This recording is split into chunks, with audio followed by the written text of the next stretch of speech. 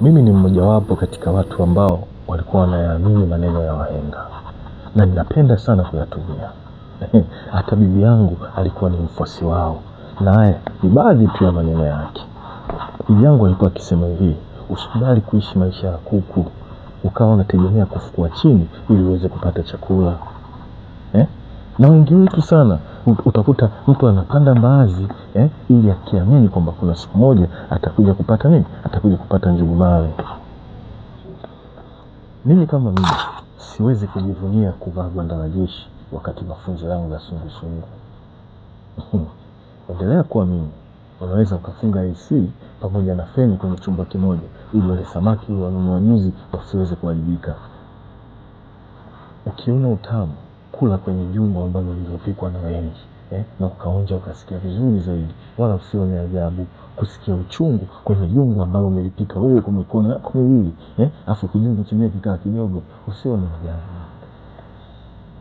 Ndugu yangu, chelewa kulala, uwahi kuamka. Ila uhakikishe una jambo muhimu sana ambalo unaenda kulifanya kunapopambazuka.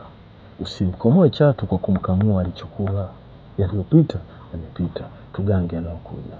Wenge la usingizi alidondoshe denda.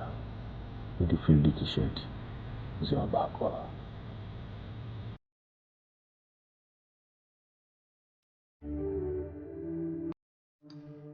Na wakati huwa nakumbuka sana maneno ya marehemu yangu. Kwa unawahi sana kuamka, lakini huwa unaishia mlangoni ukimsubiria mpaka babu yako awe anaenda msikitini na wewe ndio utoke kwenda kuendelea na shughuli. Lakini hiyo haikuwa kwako. Hata jogo wetu Mkongo alikuwa kama wewe, alikuwa akiamka mapema sana, lakini juhudi zake zote ziliishia mlangoni.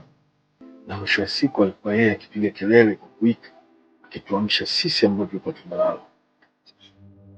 Haikuishia hapo, lakini nakumbuka pia aliwahi kuniambia, bora wote ukiwa unapaa usingizini, hiyo inaweza ikawa ni bahati au kheri kubwa kwako, lakini kuliko ukawa unaota au upo kwenye maisha uhalisia ukaona unaendesha gari afu mbele yako kuna matrafiki zaidi ya 10, unafikiria utafika wapi?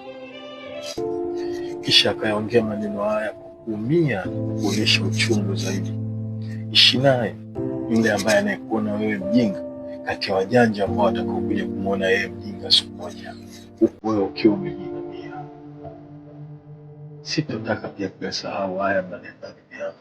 Aliwahi kuniambia pia, wakati ni kama moyo, una muda unawili, una muda usinyaa. Bibi akasema, kwenye wengi kuna mengi, na kwenye mengi hakuna wengi wenye moyo safi. Unaweza ukawa na mganga, lakini je, utakumbuka manuizi yake? Isije ukampa lawama ukaona hujawahi kutibiwa. Zene Midfield Kisheti, mzee wa Bakola.